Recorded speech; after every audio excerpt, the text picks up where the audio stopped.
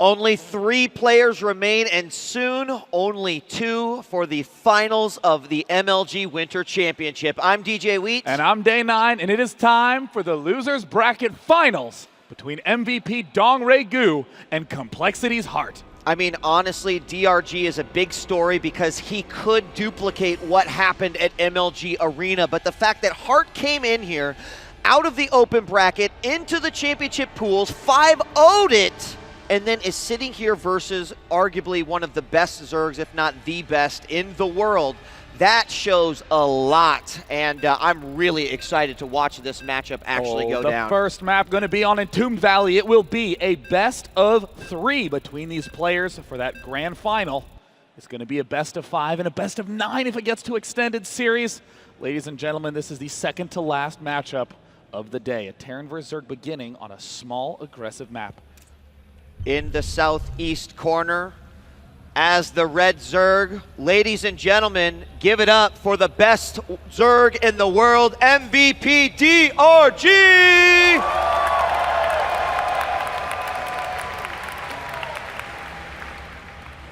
In the top left, coming out of seemingly nowhere, emerging from the open bracket, 5-0ing his group, knocking out fan favorite after fan favorite, the mystery man who has demonstrated an incredible level of skill.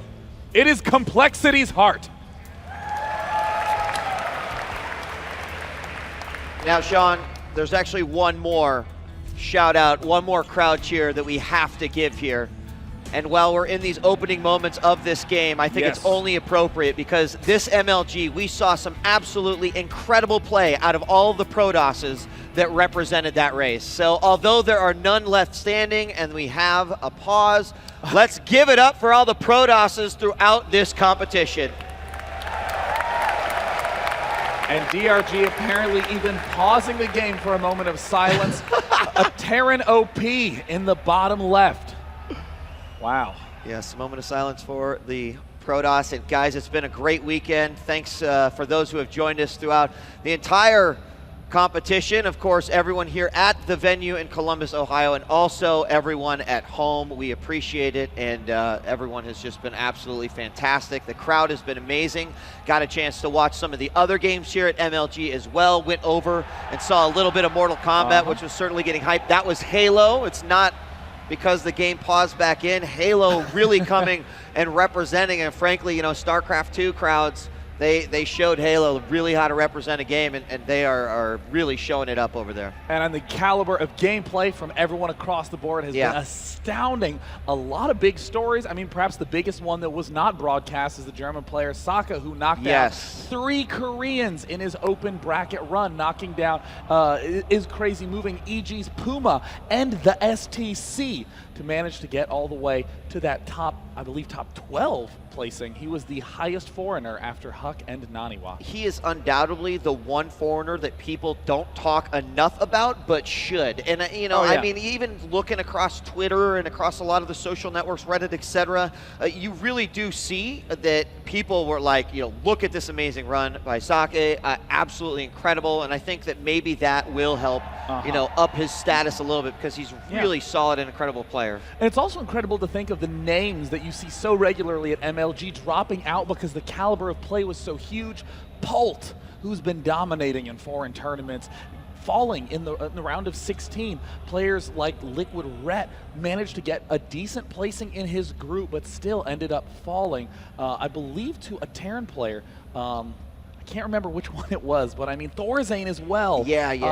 Not being able to get as far. Ganji, who placed, I believe, in the top, I know top 8, but it may even been top 6 at the MLG Winter Arena, and all of them are now out. Yeah, and we did have a very similar ranking as to what we did have at the MLG Winter Arena, showing a lot of consistency right now in at least the MLG events, and it sounds like they are both ready, so we're going to be hopping into this. And as I look through, keep in mind that Heart also beat Maro Anori as well on his way just to the championship pools. And, you know, Heart certainly came in here, and I guarantee you that there were probably not a whole lot of people that were saying Heart is someone that I expect to be in the final 3. Yeah, I mean, Heart, even if you're wishing, oh, I wish this player, that player, my favorite was managing to get into the top 3. You have to keep in mind, the players who are behind him, of the 20 Koreans who are at this tournament, he is past 16 of them, 17 of them even. Yes. And I mean, just those results alone, you don't really get to this stage of the game and it be a fluke. You know, you obviously have to have the skills to make it through, especially the fact that he went through the various stages of MLG Winter Championship, not just being put into the championship pool because of his ranking from Arena, but having to fight all the way through. And although some of those opening rounds may not have been as difficult as obviously facing a Moro or an Inori, it certainly is, you know, still a tough thing to do. A lot of games that he played over the course of a weekend. But let's get in and let's maybe chat about this game a little bit. Looks like Complexity's Heart is going to be opening up with a gas-focused build. Would not be surprised to see him do a faster Banshee opening. But then again, I think the most common expectation is that he will be going for a very, very swift factory. Very normal thing to do, get that reactor on. And oh my gosh, I can't believe that this somehow did not dawn upon me. It's an extended series, Marcus. This one is? Yeah, DRG knocked down Heart in the semifinals. We casted it as our first match today. Of course. I had these phantom memories that came back to me all of a sudden. I thought we were all prepared for this, Sean, but apparently we still got some work to do. But that's okay. That just means the potential for several more games, as well as keep in mind if DRG takes it into the grand final versus Marine King Prime, not only do we see a repeat from MLG Winter Arena, which I don't need to tell you that those games were amazing because I think you were watching them, but also it would go into that best-of-9 extended series. And there it looks like the command center going down. If you review back to those 2 games we casted earlier in the semifinal, Heart opened with the 2 racks play in those games, transitioning into 3. Command center narrowly losing a game on Metalopolis, fairly one-sidedly losing a game on Shakura's Plateau, and now here he's going for something standard, but also something we haven't seen. Look at this, the mule being torn off the main mineral line. I mean, in reality, though you ordinarily can get 270 minerals out of a mule, sometimes it runs out of juice on the way back. So in order to save that extra bit of 30 minerals, you just pull that mule right off. It's a very high level technique. Like it. So we've got this first Zerglings out on the field, scouting around the map. One Zergling actually about to run in these 2 Marines over on the side, so he is aware at least of what is out on the field right now for Heart. DRG with a spine crawler at his front and several queens. You see that already starting to spread that creep. And this is something that we've seen from DRG and a lot of Zergs as of late, using the queens and a number of them, obviously, to deflect this, having lost no additional larvae to drone or to Zerglings that then are made into drones. And this type of style is getting really, really popular. Of course, that means that Terrans are liking to abuse that a little bit more. But even with these 4 Hellions here, I feel like DRG is in the place he wants to be in order to defend this. Both players playing fantastically. A DRG already throwing down a macro hatch before gas, awesome play. At the same time, we see Heart doing his usual aggressive opening into 3 base. Last few games, he did 2 racks into a 3 command center play. Here, he's going double Hellion Banshee into a 3 base play. But in this particular circumstance, I'm worried for Heart because there's a huge distance between Hellions and Banshees versus Marine tanks, which is where Heart wants to end up eventually. So it's going to be a very fragile juncture that DRG can exploit with a nice timing window. Now we've got the Hellions obviously surveying the front of the base, but let's take a look at what's going on inside of Heart's base, because he's going to throw down that 3rd command center. Definitely indicative of what he sees, knowing that, well, there's not a whole lot of units, right? He's defending with these queens. I see the 2nd spine crawler even. Actually, I need to double check because I'm not sure he did see that. No, he did not even see the first one. But he knows what's there with the queen. So poking forward, also expecting DRG to take this a little bit further. The lair is been started, so it is going down, but he can probably safely at least get that 3rd up if he wants to. A very cool play by Heart, following up with a Viking. That way he can pick off the Overlords, continue to try to get as much map control as humanly possible. However, the non-cloaked Banshee floating at the left side of DRG's base is just not going to do that much, Marcus. There's too many queens out on the field. 4 right now. The creep spread is going to be magnificent. We also see that there is the Spore Crawler going down at the natural expansion. The Spore Crawler going down in the main DRG is more than defended. for any push. Yeah, in fact, 2 queens responding almost immediately the moment that it's seen on the creep, and it will have to move itself back. Of course, all of the overlords here for good vision as well. And inside at the front, Cole Hart with his double engineering bay as his wall as well. Really, really fantastic as his +1, both weapon and armors going up right now with 2 more racks. So definitely keeping this very bio-focused as he's got a little bit, or he's just got his Hellions out front and then a few Marines here. He's landed his 3rd now, getting that up, and it was brave. fast, yeah. No vision of this yet for DRG. A nice little Viking down in the south position doing some good hunting. Looks like Zergling's going through the middle of the map. Oh no, Heart's Hellions. Oh, get demolished. Excellent play by DRG.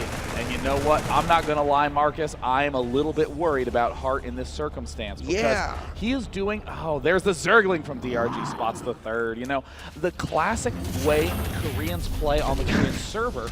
The immediate lift, by the way. It's insta-lift, just abandoning these 2 poor SCVs there, as they do get chomped to bits, Starship Trooper style. Losing the Hellions is huge, right? I mean, not being able to control space there, letting those Zerglings get past that, even though he probably would have sent a scout in, you know, instantly he had to give up that position on the 3rd. Yeah, I mean, the classic way that Terrans play on the Korean server is to get double upgrade started very, very, very early.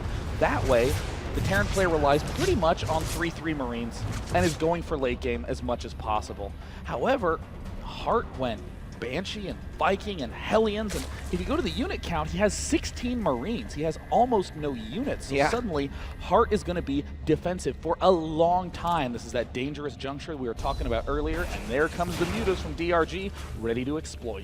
Yeah, okay, there's the Baneling nest. There he starts his Baneling speed, so wondering a little bit about that, as he did see only Marines at the front. Now, there's a very small force moving out, and with the presence of Mutas on the map, you know, while the Mutas have to be very careful about the Marines, no drops are pretty much going to be able to happen. And look at this, already going to be able to pick off a Banshee and take no damage at all, just a little bit of hit points coming off of those Mutas. They can head over, potentially hit that 3rd command center, which is actually trying to land once again, but these Marines have to react, and as you mentioned, Cole Hart is being defensive and will have to remain defensive for a while.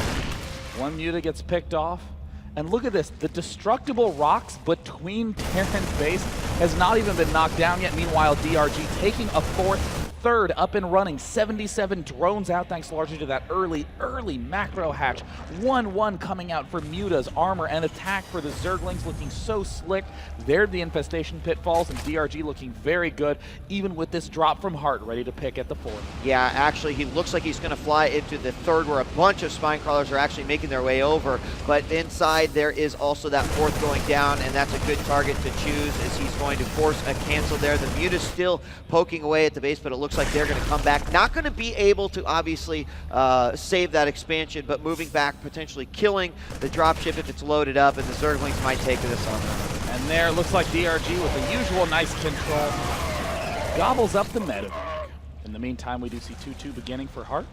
He's getting ready to make the push and is looking somewhat like Pult in this regard. He has not that many medevacs and primarily a big ground army.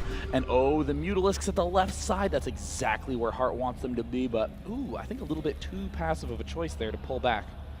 Well, he does have a few Marines here at the front. Only 1 missile turret here, and here come the Lings. Oh my God, he's down! He walks right into the base, and a ton of Marines from the back. And I cannot believe that he was able to get in there, that he let up, but it was almost a trap. And then over in the corner, the Mutas will go down as well. And actually, what looked like it was going to be for Heart. Exactly. Yeah, he saw those Zerglings, said, "Come right on up. I'm going to hit you from the back." If he lifted off, he would not have been able to pick off all those Zerglings. Does DRG care? I don't think he does, Marcus, because he has like 50,000 larvae popping out every second. If you go to the main, those queens so low on energy at the 15-minute mark, continuing to do those larvae inject very nicely. Mutal sweeping into the 3rd, but it looks like Heart again has an answer. And he might do the exact same thing if he draws these units in with the Mutas. He can attack from the back with the Zerglings and the Banelings. And here he is going to go ahead and retreat back just a little bit. Of course, fighting on the creep would be optimal.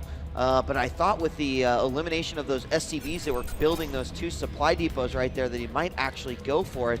And we could see it yet again. Oh, it's a drop down at the 4th, and it looks like he's unloading. DRG's going to let this hatch finish, and there are no units nearby for DRG to deal with it. And there's the perfect timing by Heart. Absolutely perfect. He's going to be able to pick off that hatch unless DRG Zerglings has something to say about it.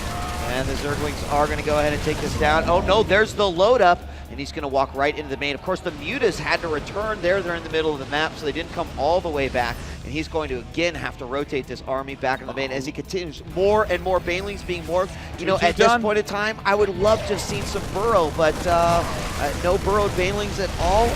He's going to, you know, we're going to have a big battle. For Heart. Looks like he may be starting 3-3 soon, spreading out. Amazing scans, picking everything off. This is a genius lightning push by Heart, but the Baneling numbers huge, rolling up. Can he get back to the tanks in time? He's spreading to where there's no creep. Some huge hits land down. Heart continuing to spread out. Really, and holy splitting Heart did an amazing job dealing with that huge swell of Banelings. The tanks fall, but Marcus looked down at the natural of MVPDRG. We see another 21 Banelings about to finish up as Heart sprints to the 4th. Yeah, and here we go. The Mutas need to come in, bait these units out, and then get the hit with the Banelings. There's not as many tanks. None of them are sieged up. Here the Banelings start to roll. They hit the Marines from the back, and he will manage to eliminate this force here, even as the Zerglings run in to assist. He was able to make it now. Oh, Mutas! Oh no! Flying over Marines! Oh no, DRG!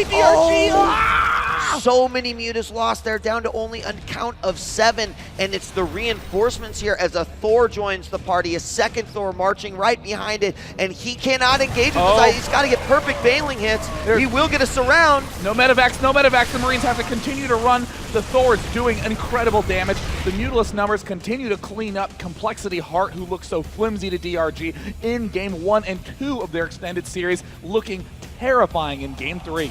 Yeah, he's got a 4th up now. It's just landed. It's morphing into a planetary as we speak. The creep is starting to subside a little bit and be sucked back into DRG's side of the map. He's got a lot of Lings out, a few Mutas, but looking at the counting station, keeping those numbers up for the Mutas is so important in this particular matchup. If he just resorts to going Ling and Baneling, he's going to have a hard time. So here we have the first Ultralisk being made, the chitinous plating on the way as well, and he has now been put into a defensive position. I mean, we have to talk about the lightning push that Heart does. If you have 2 components to your army, the Mutas and the Lings, and oh, it looks like DRG is starting to move forward. There's a lot of Marines there, and ooh, Heart will force him back.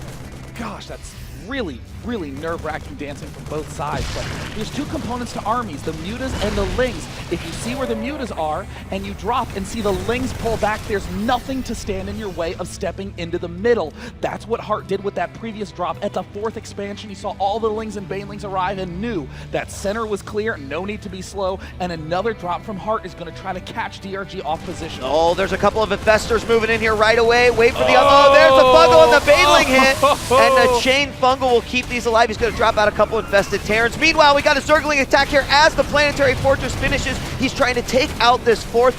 Oh no, Cole Hart's just going to push. Cole Heart pushing through the center, Ultralisk popping out, more Banelings trying to be built for DRG, and this is looking very much like Complexity Heart versus DRG versus Marine King Prime. DRG on the constant defensive, the Banelings about to finish up, and Heart is on creep. There are no tanks in sight. Oh my gosh, here these sieged up inside. Now the first Ultras come out, huge Fungal Baneling hits, but now the Thors have to be dealt with. One about ready to go down, the Zerglings start to funnel in. There are some reinforcements coming down from Heart's base, but can he effectively deal with this? Is he going to pick up these Thors? He's just going to let them die as more bio moves in. 2 Thors remain alive, the tanks continue to come in, and quite frankly, where's the unit production? DRG broke down to 55 minerals. Heart continuing to stream units across. 3-3 finishing up. Siege tanks barreling down on the 4th expansion. We saw Heart play a little cheesy in the first 2 games. In Game 3, solid through and through. The Manor Mule! Heart knows he has Game 1. To take first Game 1, that is a big deal, especially in the situation that we're in. GG! Good game. DRG looking very mortal in this matchup. He has lost subsequently. Marine King Prime first, Heart next, but he's still ahead in the extended series.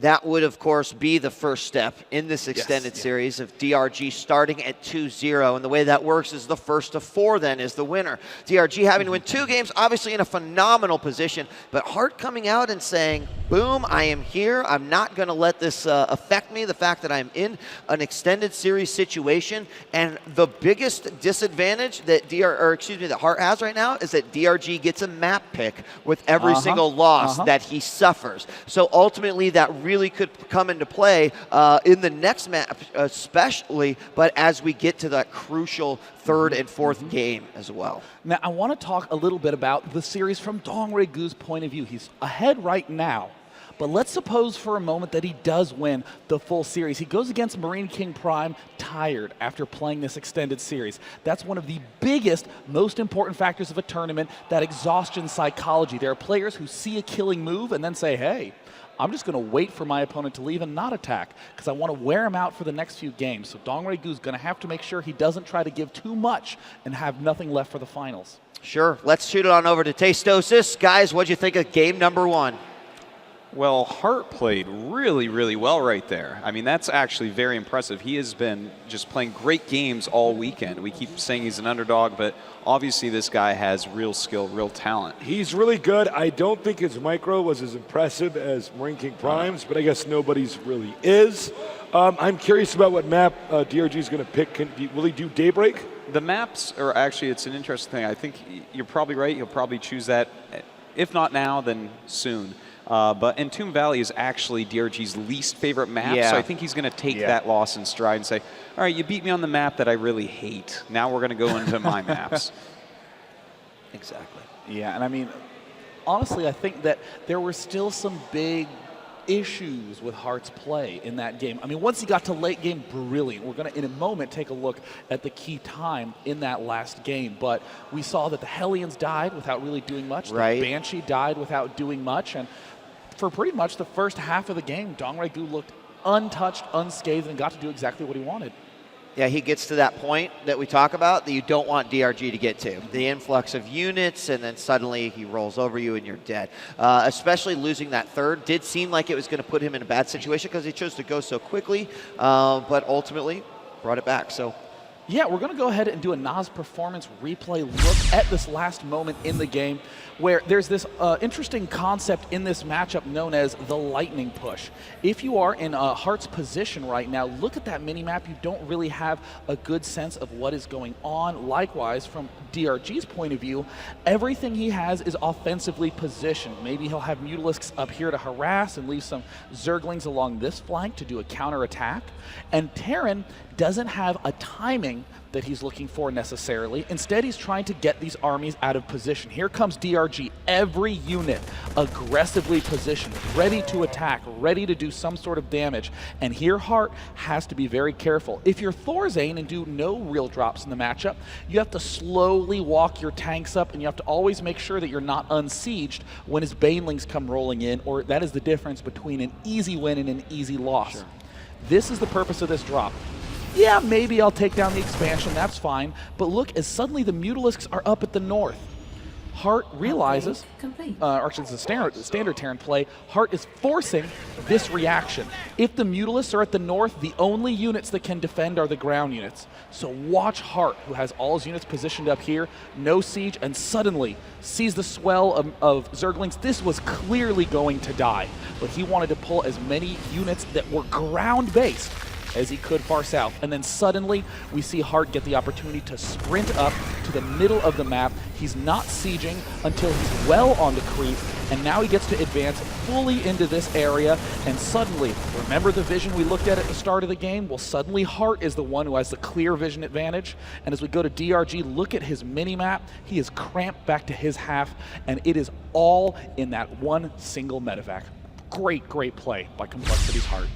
Excellent. Well, we're going to take a quick break, and when we return, game number 2. Guys, I'm excited to see where this is going to go. Actually, this will be game number 4, believe it or not, as we sit on the series. 2-1 DRG in the lead. Can Heart take it? We'll find out when we return. I'm DJ Wheat. I'm Day 9. At least 2 more games coming up in this extended series.